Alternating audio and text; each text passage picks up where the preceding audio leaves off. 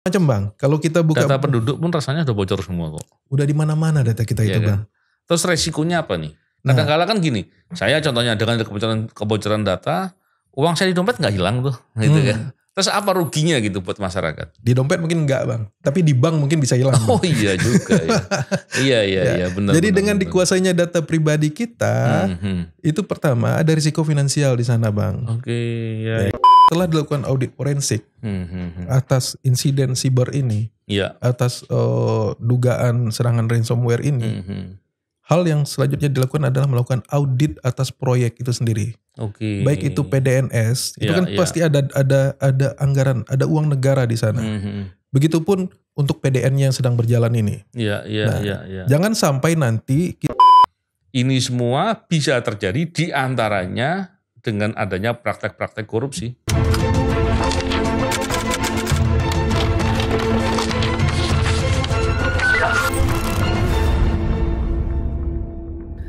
Bismillahirrahmanirrahim. Assalamualaikum warahmatullahi wabarakatuh. Salam integritas. Alhamdulillah kembali berbincang di podcast ini. Kita hari ini kembali membincangkan terkait dengan kebocoran Pusat Data Nasional Sementara. PDNS ya. Kali ini kita bicara dengan ahlinya security IT dari IM57. Bukan ahli Bang, hobi aja Bang. Hobi tapi sekolahnya di situ ya. Siap. Aulia Postiera, apa kabar Aulia? Alhamdulillah sehat Bang. Ya, terima kasih ini bisa ada waktu untuk bincang-bincang di sini. Pusat Data Nasional Sementara. Memang sebetulnya apa sih yang sedang dibuat? Kenapa kok ada sementara? Gimana tuh? Bisa diceritakan nggak itu? Digambarkan nggak itu? Iya. Makasih Bang Novel. Jadi memang sejak 2 tahunan yang lalu, Kominfo itu sedang membangun yang namanya Pusat Data Nasional Bang. Oh. Pusat Data Nasional. Penting nggak sih itu? Penting, nanti kita cerita Bang. Okay, nanti kita cerita urgensinya kenapa Bang. Jadi Pusat Data Nasional itu dibangun, itu servernya itu ada di daerah Cikarang. Ada juga yang keduanya itu ada di Batam. Rencananya. Ada juga rencananya di IKN. Nah kemarin saya sempat baca juga mau dibuat di Labuan Bajo juga. Agak menarik nih kenapa Labuan Bajo gitu loh. Iya. Nah kita gak usah bahas kenapa dipilih tempat-tempat itu. Tapi kalau Batam kalau menurut saya sih memang secara lokasi geografis itu cukup bagus ya. Karena dekat dengan Singapura, dekat dengan Asia. Asia Timur dan daerah luar negeri Indonesia. Jadi kenapa dibangun Pusat Data Nasional? Jadi Bang, termasuk kenapa kok dibikinnya di beberapa tempat gitu, nggak satu tempat aja? Itu kepentingan untuk backup Bang. Oh backup ya. Ya karena bagaimanapun juga ini namanya pusat data ya. Dia itu harus beroperasi 24 jam dalam 7 hari non-stop Bang. Iya. Karena kan yang mengakses tuh nanti akan ada banyak mungkin ratusan kementerian lembaga atau usaha yang akan mengakses pusat data itu nantinya. Iya. Jadi ada kepentingan tidak boleh ada delay atau gangguan. Nah, terus kenapa sih Bang dibangun pusat data itu? Iya. Ini memang kalau saya melihat idenya ini cukup bagus Bang. Jadi sebelum dibangunnya Pusat Data Nasional, masing-masing kementerian lembaga, pemerintah daerah atau instansi-instansi pemerintah itu membuat aplikasi Bang. Ada dari data yang sempat saya baca, sebelum dibangun Pusat Data Nasional itu ada 24.700 aplikasi yang dibangun dan terpisah-pisah itu. Aplikasi ya? Aplikasi. Bukan dan server ya? Termasuk servernya di sana. Termasuk servernya, Ya mereka kan membangun aplikasi dan servernya sendiri. Iya. Nah itu ya negara sebesar ini dan sangat sporadis dan ketika mereka saling membutuhkan data, itu sangat sulit Bang untuk interface-nya berbicara Bang. Iya. Nah makanya dibangunlah Pusat Data Nasional di mana data-data yang dimiliki oleh kementerian lembaga, pemerintah daerah maupun instansi-instansi negara itu disatukan dan mereka nanti bisa interoperability namanya. Jadi saling bisa beroperasi, saling bisa berbicara, bertukar data itu dan itu akan memudahkan bagi negara, bagi pimpinan negara maupun negara pemerintah itu mengambil keputusan. Karena datanya satu.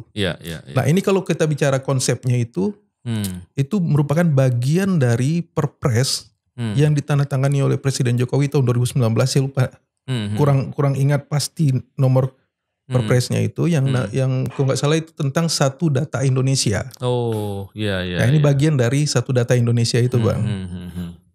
Oke, kalau kita lihat begitu pentingnya ya pusat data nasional ini. Memang di negara-negara maju kalau kita lihat, contohnya mungkin kita sedang melanggar lalu lintas, begitu pulang ke imigrasi ketahuan gitu kan. Betul banget. Nah, dan banyak lagi yang lain ya, mungkin jangankan mungkin itu transaksi di sektor swasta pun di toko mungkin ada yang bermasalah. Bisa jadi itu akan terkoneksi di sistem yang lain ya. Itu menarik sekali. Dan memang mesti begitu ya. Seharusnya begitu, Bang. Dan kalau dilihat dari pusat data nasional ini yang sekarang ini bocor, kan kita juga tahu ada Undang-Undang Nomor 27 ya tahun 2022 ya tentang perlindungan data pribadi.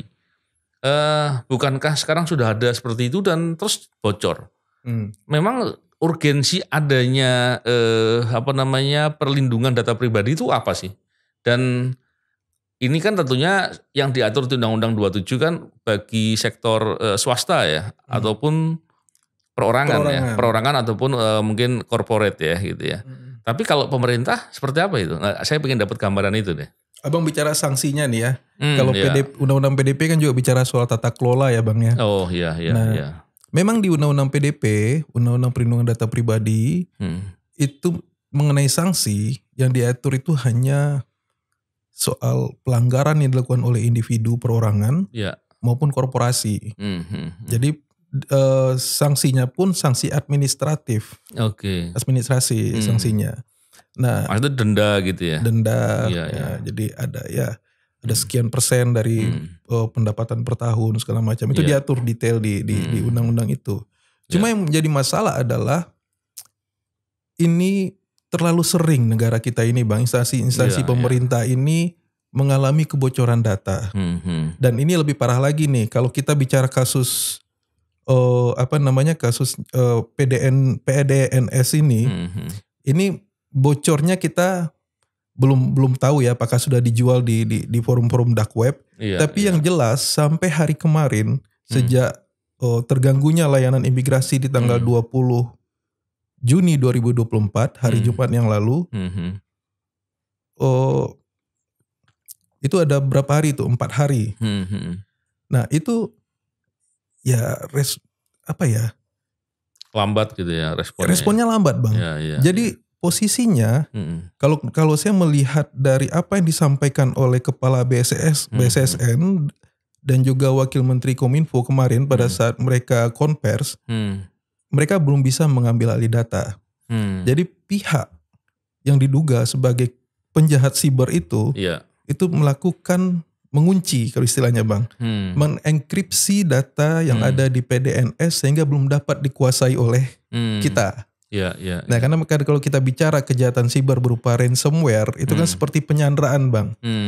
Dia menguasai data kita sampai dia meminta uang tebusan agar kita menyerahkan sejumlah uang, baru dia memberikan key-nya sehingga bisa didekrypt dan data itu bisa kita kuasai kembali. Nah, ini menarik, Bang. Ini saya tambahkan. Kemarin Menteri Kominfo itu bilang bahwa pihak yang hackernya itu meminta tebusan 8 juta US dollar. Banyak banget ya. 131 miliar, Bang. Kalau kita pakai kurs rupiah kemarin. Nah, itu seharusnya apakah kita bayar atau tidak? Ini pilihan dilematis. Masalahnya adalah seharusnya, Bang, kita tidak boleh bayar. Karena ketika kita terbiasa membayar ransomware, kita akan menjadi bulan-bulanan oleh hacker. Diperas terus ya. Diperas terus. Cuma di satu sisi, yang saya sangat sesalkan, PDNS ini berarti nggak punya backup server, Bang. Ketika data itu dikuasai oleh pihak hacker sampai hari ini, kita nggak punya backup. Makanya akhirnya Dirjen Imigrasi dalam statementnya yang kita baca hari ini, hari Selasa ini, dia akhirnya memakai server dari AWS, dari Amazon. Ya kita kemarin bicara soal kedaulatan data, ujung-ujungnya pakai asing juga gitu. Nah ini memang agak apa ya? Terpaksa barangkali. Terpaksa, tapi ya itulah negara kita Bang. Sekarang gini, yang saya pengen tahu gini, sebetulnya dengan adanya pemerasan tadi kan, dia minta uang $8 juta. Pilihannya adalah diberi atau tidak diberi. Kalau diberi ya kasarnya gini, negara ini kok kalau sampai diperas gitu ya. Betul, ini kan konyol ya, bangetan. Tapi kalau nggak diberi, resikonya apa nih? Resikonya seandainya data itu dikeluarin, ya mungkin ada orang sebagian yang berpikir, ya kalau dibiarin biar aja, emang ruginya apa? Gimana tuh? Rumit ya ngomong gini ya. Iya. Jadi kita perlu kita cerahkan ya Bang. Iya. Jadi kalau konsekuensi ketika kita tidak memberikan tebusan, yang pertama kita tidak bisa mengambil alih kembali data-data yang ada di PDNS itu. Itu yang dikhawatirkan kemungkinannya apa sih? Datanya nggak bisa diambil atau datanya mereka jual keluar? Setelah tidak bisa, jadi setelah kita tidak membayar, udah pasti dia tidak akan berikan key sehingga kita tidak dapat ambil data kita kembali. Setelah itu, langkah selanjutnya biasanya mereka menjual data itu. Menjual data itu biasanya di forum-forum dark web ya Bang. Iya. Di sana biasanya ada di bridge forum segala macam. Mereka sering menjual-jual data. Iya. Bahkan kemarin itu juga sempat ditanyakan oleh wartawan kepada kepala BSSN. Itu ada 2 data lembaga negara yang kemarin juga dijual di bridge forum, yaitu data Inavis dan data BAIS. Badan Intelijen Strategis. Itu padahal data-data rahasia dan sangat-sangat sensitif ya. Sensitif, data strategis namanya. Inavis juga data-data sangat mendasar kan. Data biometrik kita ada di sana. Semua di situ. Ya. Waduh, gawat itu. Mau ngomong apa lagi? Tapi gini ya, tentunya saya bukan ahli komputer ya, saya tidak terlalu paham. Tapi saya sering juga mendengar orang bertanya hal yang kemudian perlu saya tanyakan sama Aul, karena saya nggak ngerti jawabannya. Siap. Ketika data itu kemudian dienkripsi, mungkin kan kalau dalam bayangan saya lah paling tidak, namanya database itu kan disimpan, biasanya ada hardware-nya itu, storage-nya penyimpanan. Ketika mereka enskripsi, bisa nggak kemudian hardware-nya diambil gitu ya. Terus kemudian pakai komputer atau pakai cara tertentu, robot atau pakai apa untuk di-generate password-nya, dibuka sendiri, diapain dengan cara mandiri. Itu mungkin apa enggak? Atau sebetulnya hardware-nya seperti apa sih kalau mau digambarkan? Dimungkinkan Bang. Yang dikuasai ini kan memang data ya Bang ya. Kalau hardware-nya kan ada di sini ya. Ini kan kebetulan PDNS ini kan dia bentuknya awan ya, cloud ya. Government cloud. Tapi kan tetap ada hardware-nya. Iya. Infrastrukturnya ada hardware-nya. Nah, yang mungkin dilakukan adalah melakukan forensik, Bang. Ya, kita kan juga dalam penegakan hukum ya, Bang ya. Dalam penegakan hukum kasus korupsi, kita juga melakukan yang namanya digital forensik. Iya. Nah, cuma yang berat adalah ya kita tidak bisa memecahkan kodenya itu. Yang namanya enkripsi itu kan dia generate code sedemikian rupa sehingga kita tidak bisa membukanya dan dia kayak menyegel Bang, kayak kita mau masuk pintu itu digembokin sama dia. Nah gimana cara buka gemboknya ini? Jadi kalau itu pakai kan ada tuh katanya alat yang bisa untuk melacak password ya, dan kemudian bisa menemukan dan kemudian bisa dideskripsi dan kemudian bisa dibuka. Dekripsi ya. Itu, nah makanya ini menarik Bang. Kemarin kan yang disampaikan oleh kepala BSSN ini namanya yang menyerang ini, yang menyerang server PDNS ini menggunakan Lockbit 3.02. Artinya apa itu? Jadi ini semacam produk Lockbit ini Bang, ini punya track record, dulu pernah menyerang Bank Syariah Indonesia Bang, BSI. Kita pernah bahas di podcast ini tahun lalu, betul. Bagaimana layanan BSI sampai 4 hari tidak dapat terlayani. Jadi memang dia mengunci dan untuk membuka key-nya itu itu dengan algoritma tertentu, dan itu harus bisa dipecahkan kalau kita ingin ambil alih data kita. Jadi seperti itulah Bang penjelasannya. Nah, jadi ketika kita tidak bisa menemukan key-nya, kita tidak bisa mendekrip data yang sudah dikunci oleh mereka. Nah, konsekuensi yang sudah pasti terjadi setelah ini adalah data kita sudah dikuasai oleh pihak penyerang. Nah, apa sih kekhawatiran kita dengan kebocoran data? Kalau saya dan teman-teman juga ya dengan Aib dan kawan-kawan itu kan memang concern soal perlindungan data pribadi ini ya Bang ya, soal keamanan siber. Terlalu sering terjadi kebocoran data di negara ini. Kita masih ingat ada yang namanya Bjorka dulu, ada yang macam-macam Bang. Kalau kita buka data penduduk pun rasanya udah bocor semua kok. Udah di mana-mana data kita itu Bang. Terus resikonya apa nih? Kadang-kala kan gini, saya contohnya dengan kebocoran data, uang saya di dompet nggak hilang tuh, gitu kan. Terus apa ruginya gitu buat masyarakat? Di dompet mungkin enggak Bang, tapi di bank mungkin bisa hilang. Oh iya juga ya. Iya benar. Jadi dengan dikuasainya data pribadi kita, itu pertama ada risiko finansial di sana Bang. Kita sering ya ada kejahatan-kejahatan orang dikirimin diserang melalui phishing, dikirimin melalui WhatsApp segala macam, akhirnya mobile bankingnya dikuasai dan dikuras uangnya. Nah, belum juga risiko reputasi Bang, reputasi baik itu perusahaan terutama concern soal reputasi ini perusahaan. Ketika perusahaan dia mengelola banyak data dari masyarakat dan terjadi kebocoran, sudah pasti kepercayaan terhadap perusahaan tersebut itu turun Bang. Dan itu bisa menghancurkan kredibilitas perusahaan. Nah, belum lagi soal pencurian identitas. Kita sering mendengar itu banyak kejahatan pencurian identitas.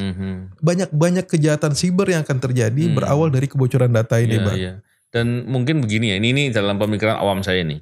Ketika adanya kebocoran data pribadi, itu membuat orang bisa menjadi target kejahatan, betul ya? Betul. Terus apalagi sekarang ini masa semuanya bisa pakai drone.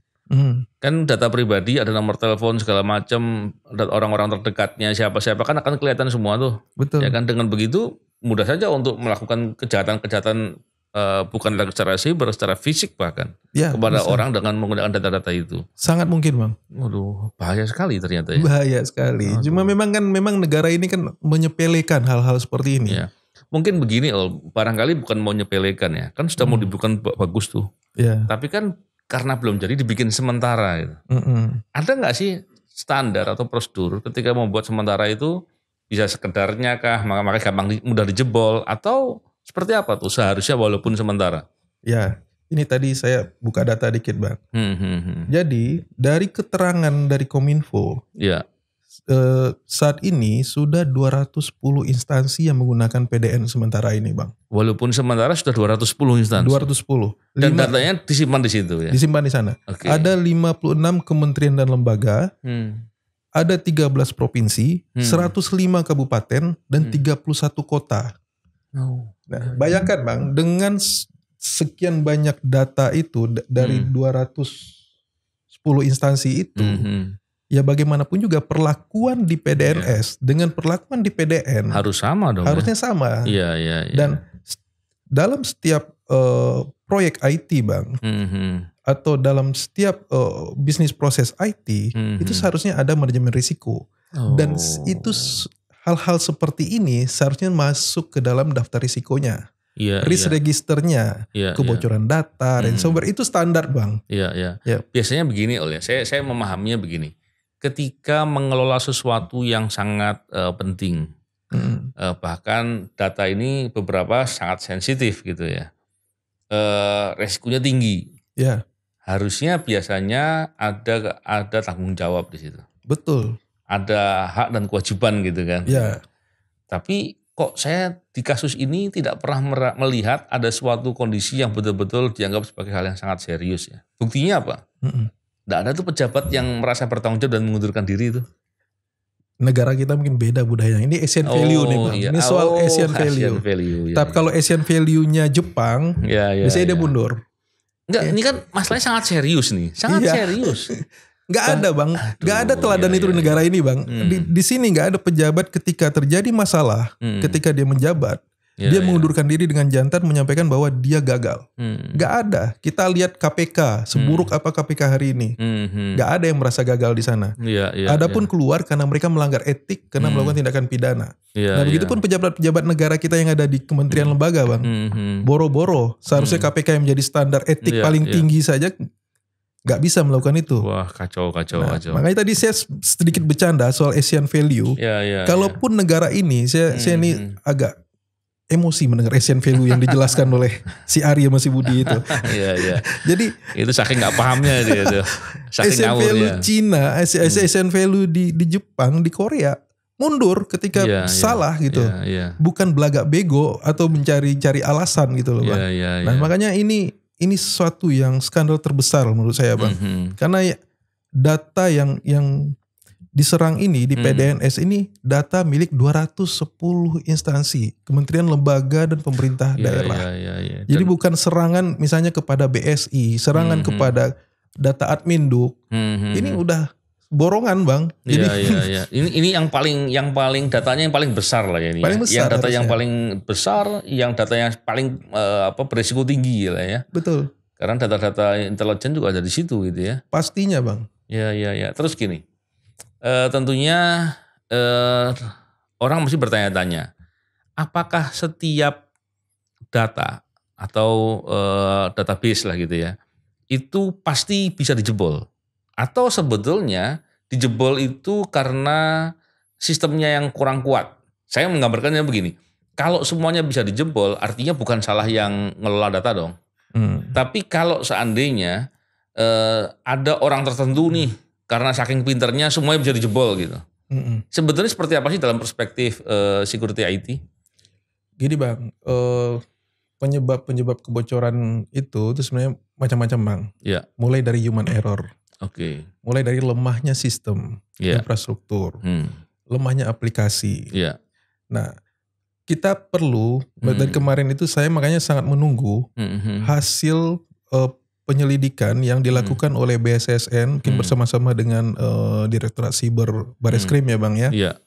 Apa penyebab awalnya terjadinya kebocoran ini? Harusnya dari hasil audit forensik. Kalau seandainya bisa nanti dipulihkan ya bang ya, itu jejaknya kelihatan. Nah, dan paling banyak kejadiannya adalah karena human error bang. Human error, pegawai yang tidak teredukasi dengan baik. Misalnya jangan klik ketika menerima email yang berupa ada lampiran tertentu. Atau jangan buka website-website yang dilarang. Website porno, judi, segala macam. Banyak disisipkan di sana. Jadi sebagus apapun membangun sistem, semahal apapun infrastruktur yang dibentuk, yang dibayar, yang dibuat oleh negara, ketika manusianya tidak teredukasi dengan baik, ya percuma bang.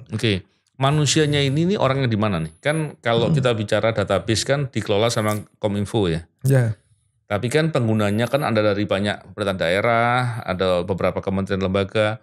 Yang dimaksud manusianya itu adalah orang-orang yang mengelola database ini atau semua pengguna? Orang yang menggunakan database ini. Jadi kalau kita bicara soal PDN ini bang, ini ada Kominfo. Ini ada banyak instansi lain di sini. Mungkin kalau kita lihat ini seperti sebuah mall, ada banyak tenan di sana. Ada banyak tenan, ada di sini misalnya ada KPU, pengguna ada ANRI, ada KPK segala macam, ada kementerian-kementerian lain yang menggunakan PDNS ini, termasuk diantaranya imigrasi kemarin, Dirjen Imigrasi.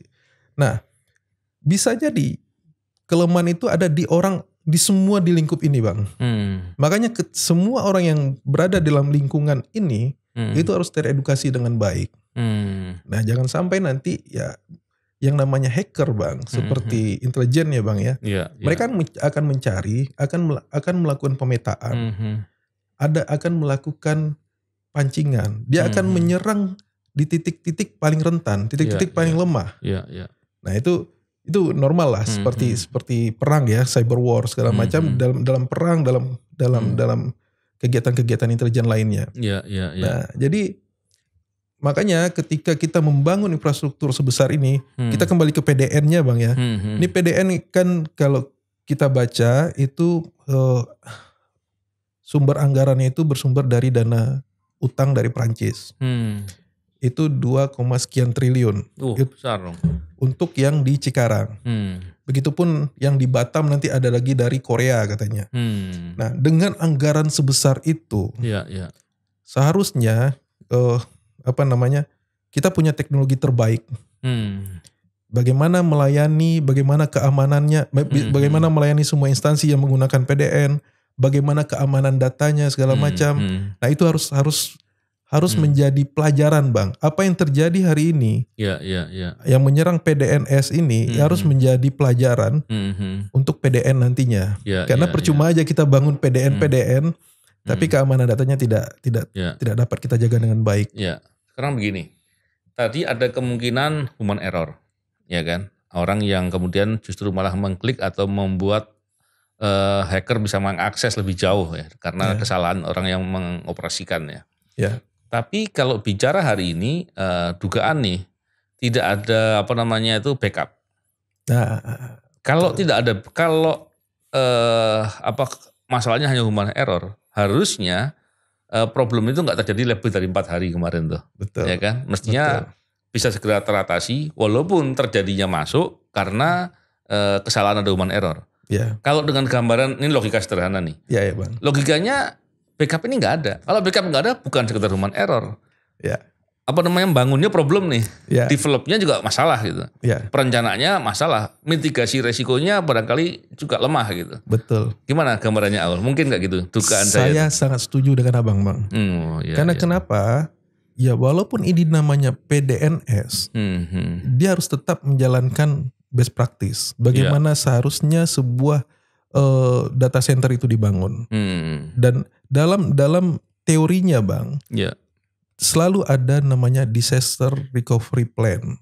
Ada untuk demi business continuity plan.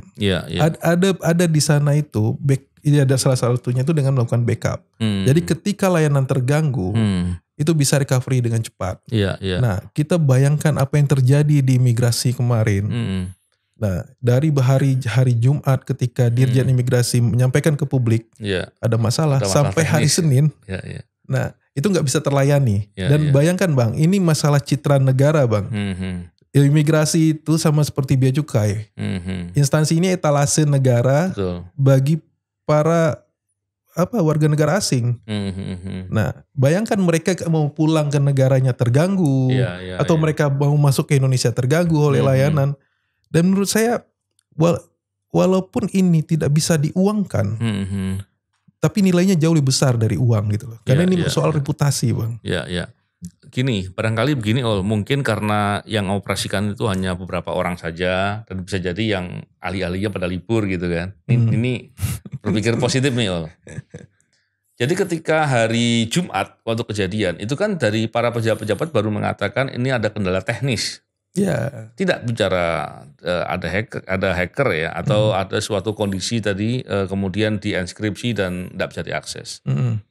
Atau jangan-jangan baru ketahuannya hari Senin, jangan-jangan. Kenapa saya bilang begitu? Karena baru bicara ada kebocoran itu disampaikan di publik kan baru hari Senin kan. Dan kalau kita melihat dari undang-undang PDP kan ada kewajiban tuh berapa jam? 3 hari. 3 hari ya. Itu gimana tuh? Jelaskan soal itu tuh. Saya nggak paham tuh 3 hari gimana tuh. Jadi memang di aturannya itu memang 3 hari harus disampaikan ke publik ketika terjadi insiden. Nah, cuma memang yang kita sangat sesalkan di negara ini, para pejabat kita itu susah untuk jujur, Bang. Saya meyakini di hari Jumat itu mereka sudah tahu ada serangan Pasti siber. Sudah tahu ya? Sudah tahu. Pasti sudah tahu. Mereka saya meyakini ya, karena memang biasanya pihak penyerang hacker yang melakukan serangan menggunakan ransomware ini, dia meninggalkan pesan, Bang. Dia ninggalin pesan. Ketika ini nggak bisa diakses, dia ninggalin pesan. Halo, data kamu saya kuasai. Serahkan uang sebanyak ini. Nah, itu proses negosiasi di sana kan, Bang ya. Itu Kamis malam kalau nggak salah ya di hacknya ya. Informasinya seperti itu, Kamis malam. Nah, itu kan seperti layaknya penyanderaan, ya seperti itulah. Ada negosiasi di sana. Nah, cuma memang komunikasi publik pejabat-pejabat negara kita itu memang problem sih, Bang. Kebiasaan bohong. Ya, itu problemnya. Jadi, saya sering mengamati itu. Ya. Terutama kita jadi korban juga, Bang. Korban dibohongin sering. Dibohongin ya. Terus gini, saya kemarin juga bincang-bincang sama Mas Ridho ya, Ridho Rahmadi. Saya tanya sama beliau nih terkait dengan masalah membangun sistem security ya untuk pusat data nasional ini. Levelnya itu seperti apa sih kalau bangun suatu sistem itu? Apakah ada pilihan-pilihannya mulai dari yang paling biasa atau sampai paling secure gitu ya? Terus idealnya itu seperti apa? Kemarin kan Mas Ridho sampaikan kalau data nasional begini atau data milik pemerintah, apalagi menyimpan banyak data sangat rahasia, harusnya diberikan level yang di atas dari data-data yang digunakan untuk kepentingan bisnis ya. Komersil ya, termasuk diantaranya perbankan, bahkan levelnya paling enggak Google atau di atasnya Google. Iya. Mungkin enggak sih seperti itu? Mungkin, Bang. Teknologi ini kalau teknologi itu selama dia ada di pasaran bisa kita pakai, Bang. Iya. Ini kan masalah bagaimana perencanaan proyek tersebut. Saya memang membaca di awal sekitar 2 tahun yang lalu lah ketika PDN ini awal mau dibangun oleh Kominfo. Itu Menteri Kominfo yang sekarang menjadi tersangka ya. Udah vonis ya, Bang? Iya, udah. Nah, itu menyampaikan bahwa ini PDN ini itu tier 4. Jadi udah yang paling baru, Bang. Dengan kebutuhan daya dengan memori yang besar, kapasitas yang besar, juga kebutuhan daya listrik yang cukup tinggi, katanya sampai 20 megawatt. Dan itu akan beroperasi 7 hari, 24 jam dalam 7 hari. Berarti nggak boleh berhenti.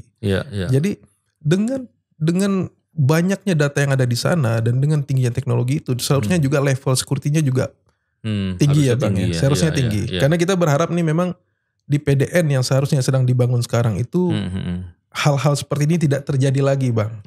Kalau benar proyeknya berjalan sesuai dengan direncanakan. Nah, kita sebagai mantan penegak hukum, Bang, penegak hukum korupsi, di sinilah sering terjadi masalah.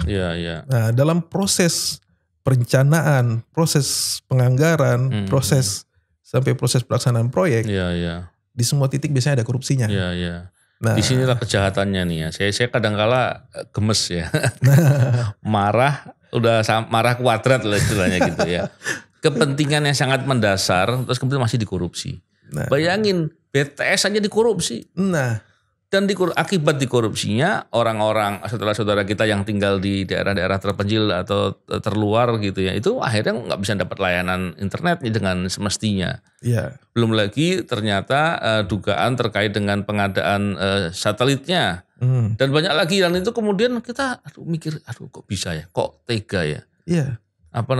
Dia nggak berpikir ini kepentingan masyarakat, kepentingan negara. Dan dia mungkin dapat uang, tapi akibat dari dia berbuat itu, dampaknya timbul kerugiannya sebesar apa dipikirkan nggak itu? Jauh lebih besar. Dan belum lagi kemarin juga diskusi sama Mas Ridho ya, terkait dengan masalah jaringan internetnya yang konon katanya itu dikelola atau dikuasai oleh asing. Bayangkan kalau kemudian suatu hari ada serangan dan dimatikan, dan itu mengganggu semua layanan terkait dengan penggunaan internet. Bisa chaos itu.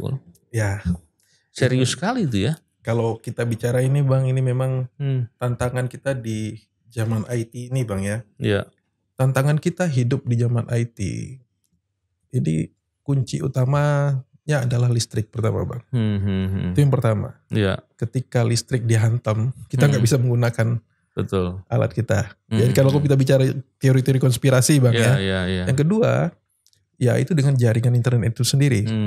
Ketika itu sudah dikuasai, berarti kita sudah terkuasai juga. Kita juga nggak sadar, Bang, apa yang ada di handphone kita, handphone abang, handphone saya, atau handphone pemirsa sekalian di rumah. Aplikasi-aplikasi yang ada di sana sudah aman atau belum?